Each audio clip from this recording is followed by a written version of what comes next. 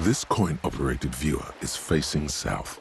The instruction manual says to insert 25 centimes and pull the handle while looking inside. Then use the focus knob to zoom in if necessary.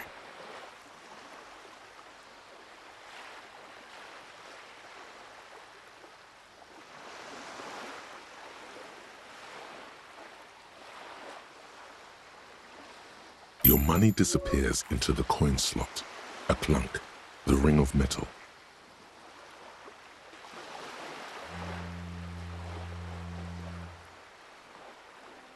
The curtains on the display open. You lean in to catch the view.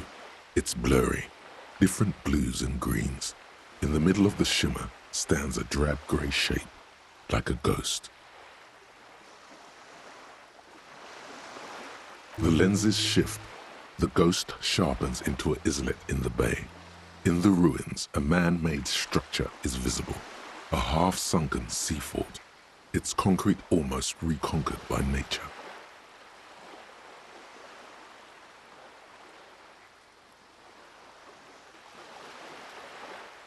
It looks as if it was abandoned quite some time ago. Nothing but a rotten tooth remains of the anti-aircraft tower. A lonely birch tree grows out of it. Its leaves ripped from it by the winter wind.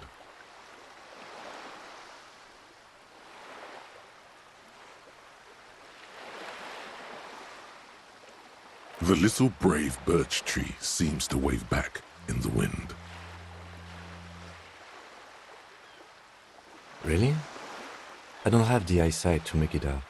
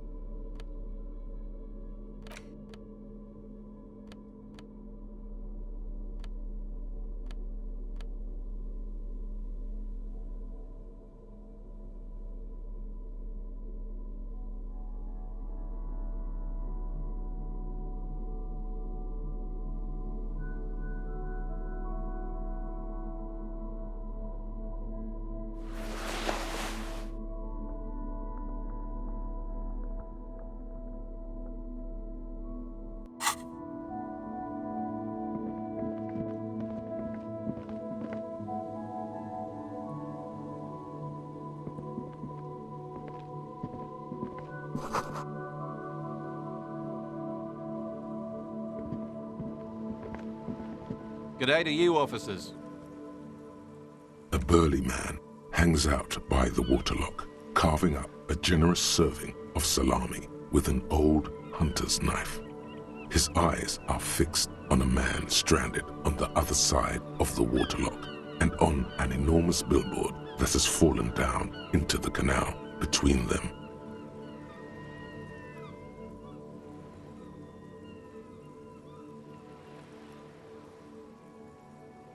My friend Barry the Butcher is stuck on the other side of the waterlock. I'm keeping him company and eating his salami.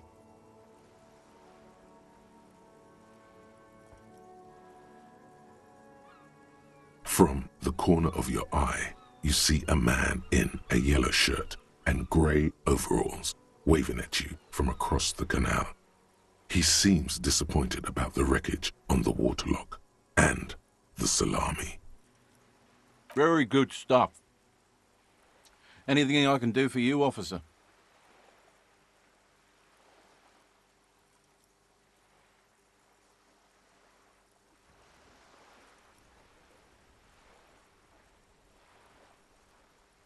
I wasn't here to witness it, but those look like tire tracks on that sign. Weird, huh? Then again, plenty of daredevil drivers in Rivershoal. The words daredevil driver sound ominous to you. Too bad it also takes a year and a day to repair anything round here, especially a waterlock. The rest of the coast is closed off till then.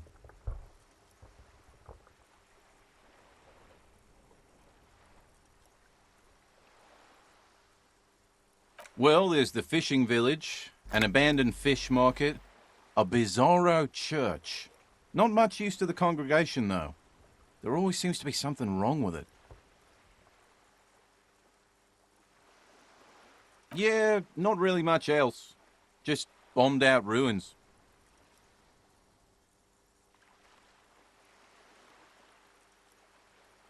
Sure thing. It is salty, it is savory, it is chewy. The hangover only makes the salami more tasty.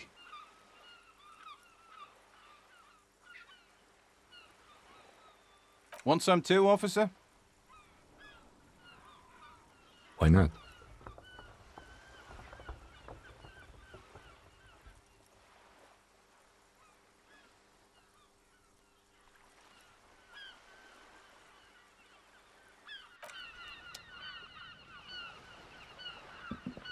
A couple of indicator lights are missing from this control panel. Loose wires dangle from the now vacant holes. In the middle is a lever. Beneath it, a small metal plaque.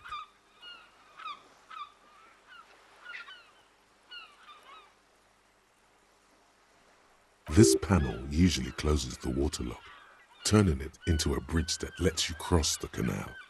But there's a crashed salmon and butter sign in the way. Pulling the lever probably won't do anything.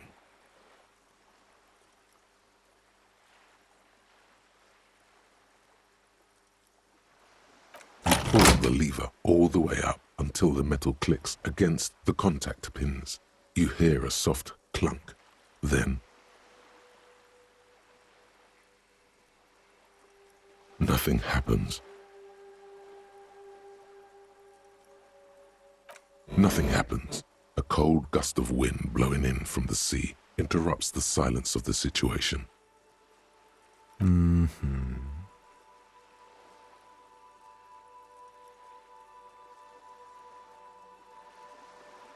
Nothing happens. A cold gust of wind blowing in from the sea.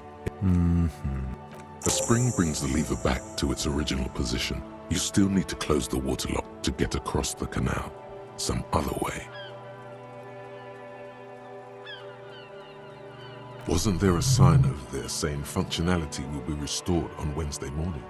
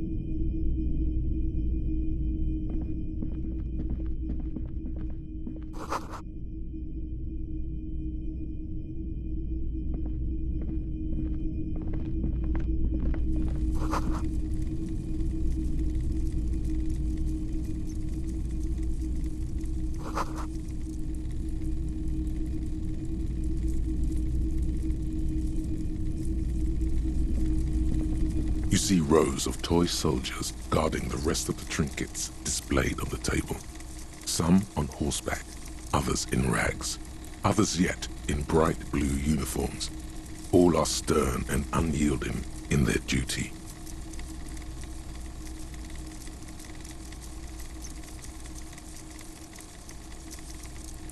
Try to find something pretty and cool here, then use it to win her back.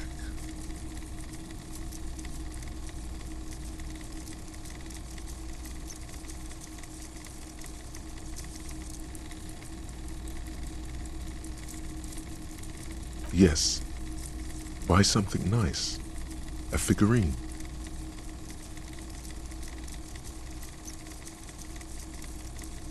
Big men on big horses, clad in lamella armor and carrying flintlocks, the kind that would mow down a line of enemy soldiers in the blink of an eye.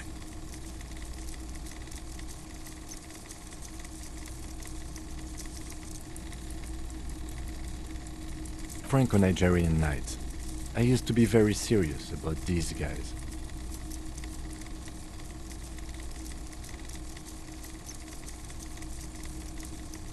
A long, long time ago.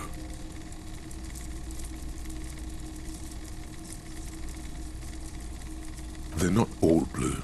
These figurines also wear gold coats and caps, complemented by orange trousers. They are variously posed, wielding swords and rifles with bayonets.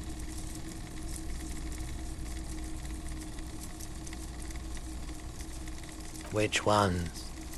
Ah, those. Yes, they are. I find the paint job a bit gaudy, but children like the bright colours indiscriminately.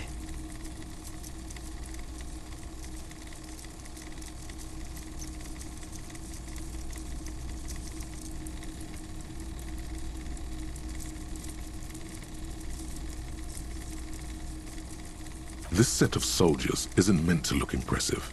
A few have rifles, but most of them carry pistols. Some even shovels and tall sticks.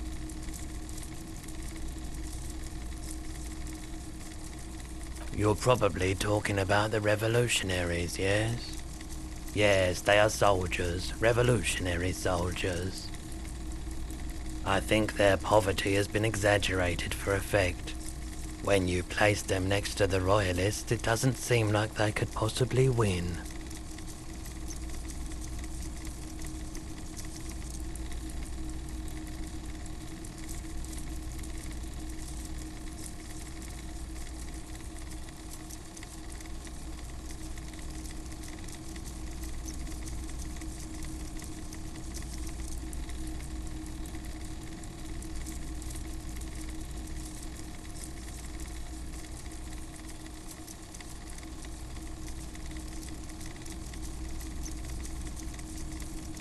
Maybe.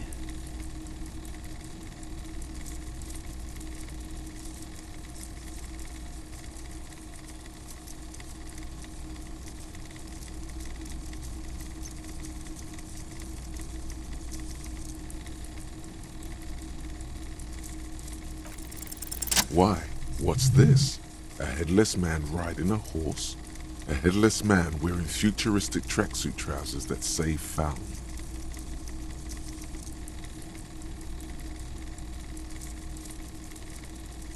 Oh, that's the Headless Phone Rider. The Headless Phone Rider. It's an urban legend about a man who rides the streets of Revachol sporting a fawn tracksuit. As you see, he's missing his head. 50 cents. Bargain priced. I'll throw in the tiny cap too. I think he's looking for it, or something. That part of the story has many interpretations.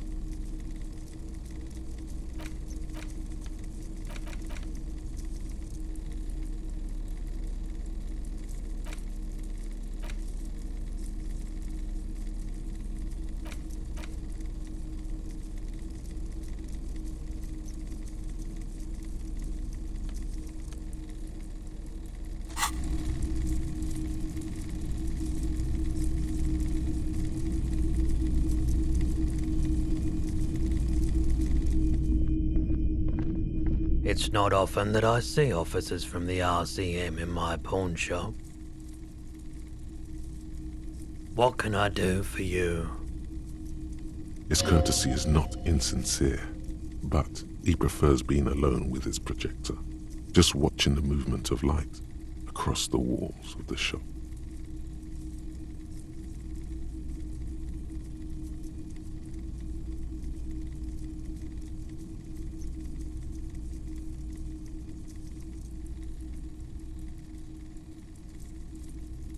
Oh no, not at all.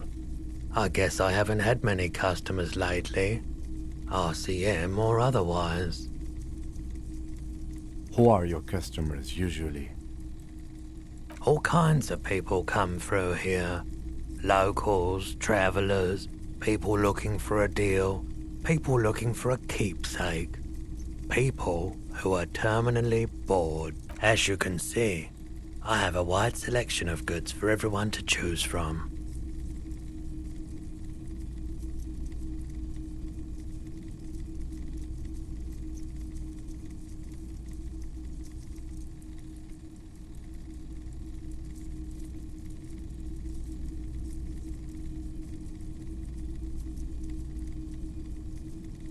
It keeps me entertained.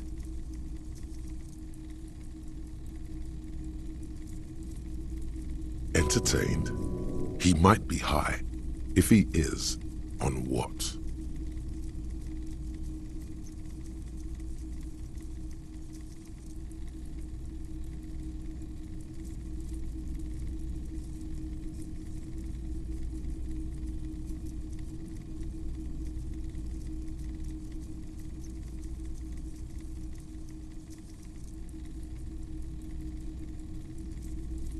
I doubt it, but I can try and answer any questions you may have.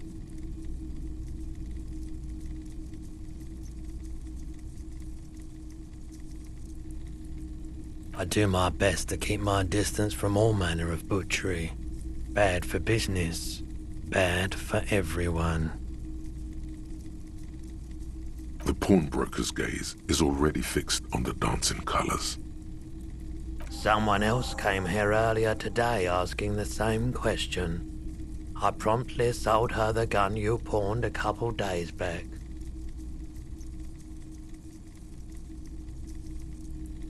The lieutenant shifts from one foot to another, alert.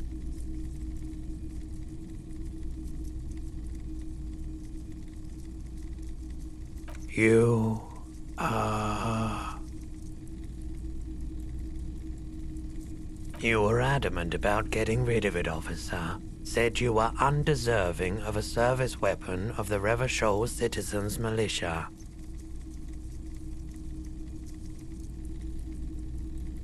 And I don't like keeping guns around the shop for long. Off-the-charts photon emissions. The unhealthy kind. He's not telling you the whole story. It seems he's trying to spare you.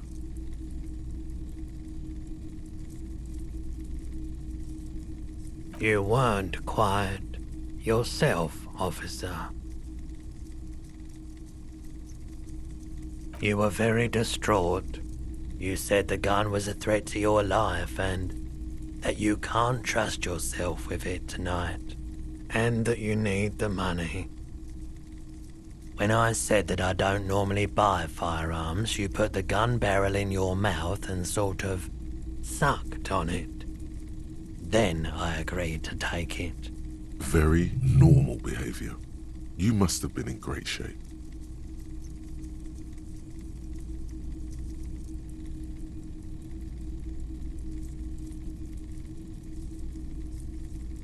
$15 real. The lieutenant looks from you to Roy, and then back to you. It's clear that he hopes this tableau might still turn out to be a bad dream. This has got to be the most. Wow. There's pity there too, in case you didn't notice.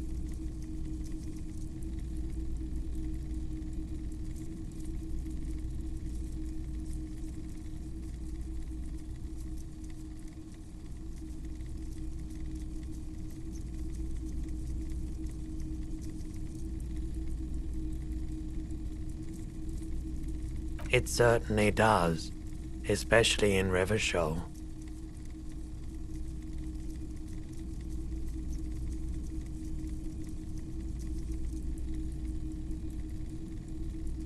She didn't seem like a policeman, although she kept referring to herself as a pig, which was odd. I found her interest in the gun a bit obsessive, but I was just happy to get rid of it. Truth be told, she was terrifying. Right, so let me get this right. You sold your sidearm, issued by the citizens' militia, and now a civilian is running around the streets of Martinez with it?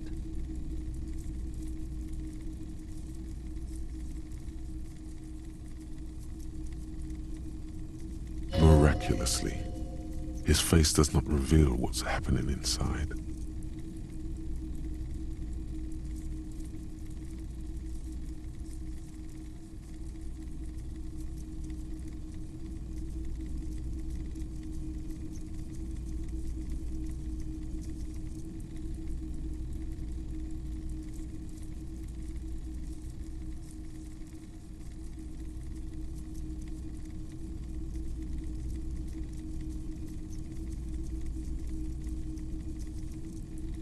It's possible in these parts of town. We ought to find her and discourage her from taking justice into her own hands.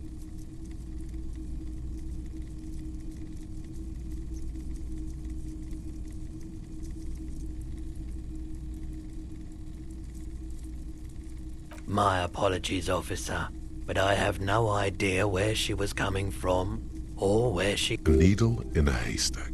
There is nothing you can do about it now. You'll just have to hope you luck upon her somehow.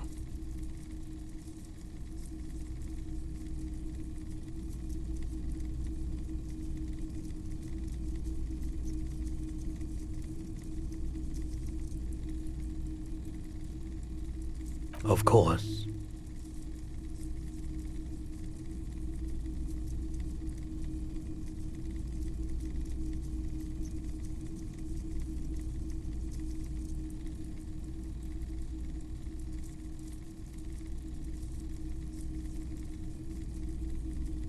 I doubt it, but I can try and answer any questions you may have.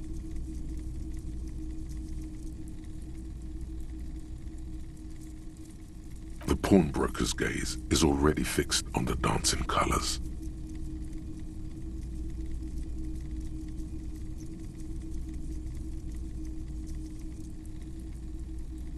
Sure thing. Sure, man.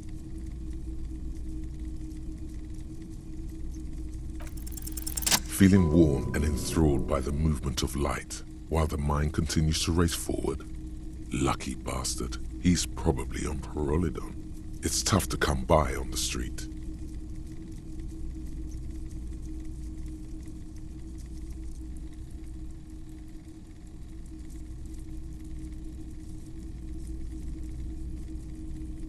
A drug developed by the military to treat and prevent radiation sickness. It has psychedelic side effects, and it makes your eyes turn yellow.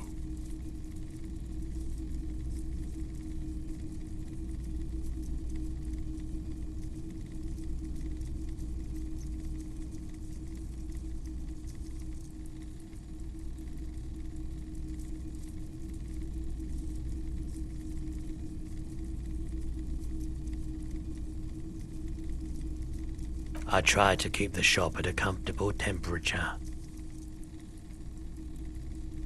There's a note of indignation in his voice. Those triangle patches on his vest, you have a feeling they mean something, like they're similar to the halogen rectangle on your jacket.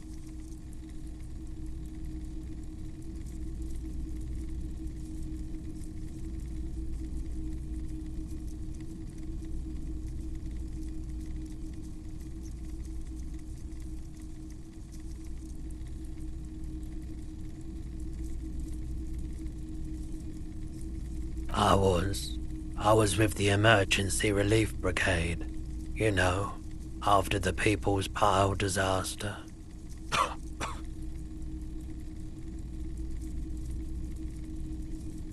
Had to take Perolidon for radiation sickness. That's what you were hinting at just now, wasn't it? He's taken it for mental and emotional, not physical pain these days. A bad idea. Some poor leftist built a particle decay generator in hopes of bringing affordable electricity to underserved communities. It malfunctioned. Radioactive waste everywhere. Probably some of it in you too.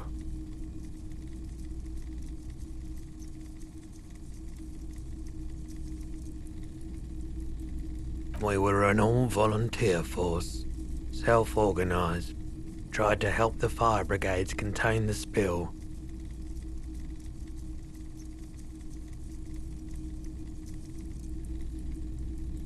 On the patch, gamma radiation lines crossed with a red drop of blood. I lived by the river since I was a small boy. The Esperance. Didn't have the art to let it all go to shit without trying to do something. There wasn't much the volunteer force could do, however. We wasted years in the river mud. Years getting sick.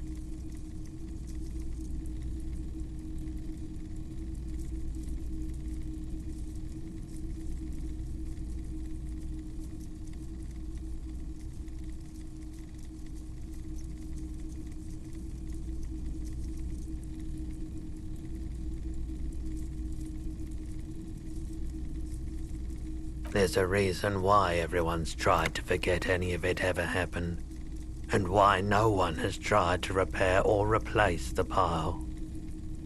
So much disappointment, and early deaths, cancer mostly. And we knew all that was coming even as we were cleaning up as best we could. No one's, everyone's. So much bitterness. A bunch of poor people built themselves a primitive nuclear reactor, hoping for the best. What do you think is going to happen?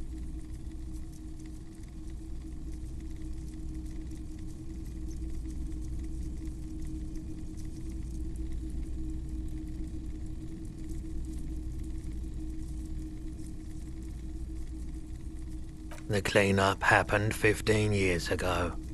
I was young then. Later, my second aunt died. Left me this shack and all the assorted junk in it. So I came to Martinez. People told me don't go there. It's a shithole. I said, people, we just had a nuclear pile meltdown. I'm gonna get as far away from Forburg as I can. Still in the same city, but...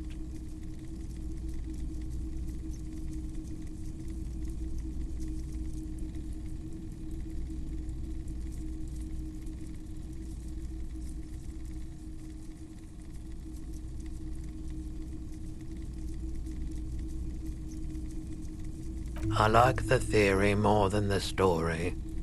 Outward movement, not vortices.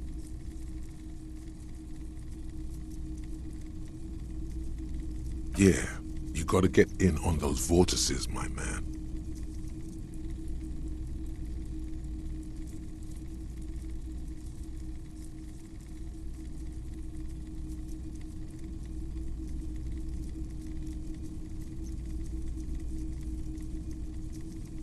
Have you tried it before?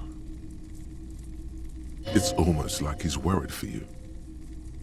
The lieutenant steps away, pretending to admire some of the knickknacks on display. Looks like he doesn't want to get involved. Go ahead then, he thinks. As long as you can walk straight, I don't care.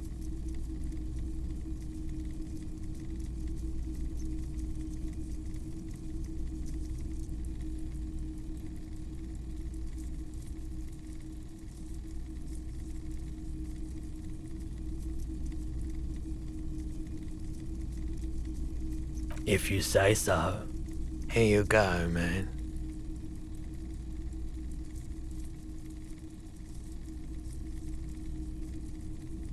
Yes, darling. That's the coalition government ordained Parolidon. Straight into your gut.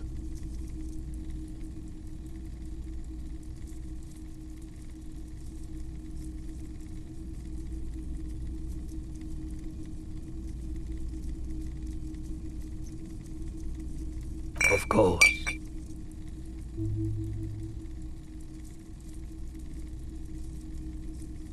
Let me have a look.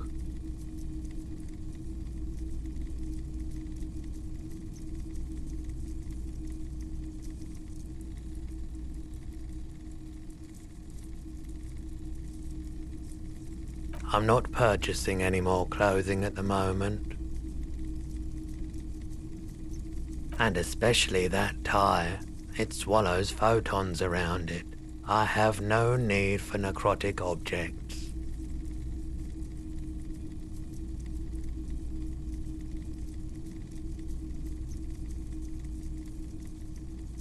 Your mother is a necrotic object! I'm fun! Look at me sparkle in the light of the projector!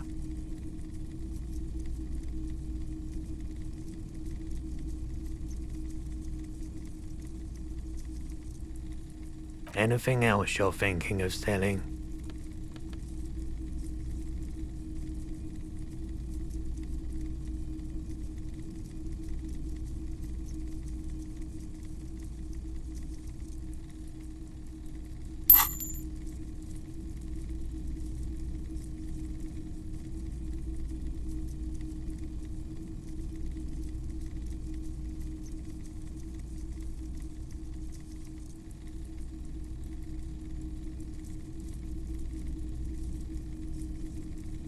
Another time, perhaps.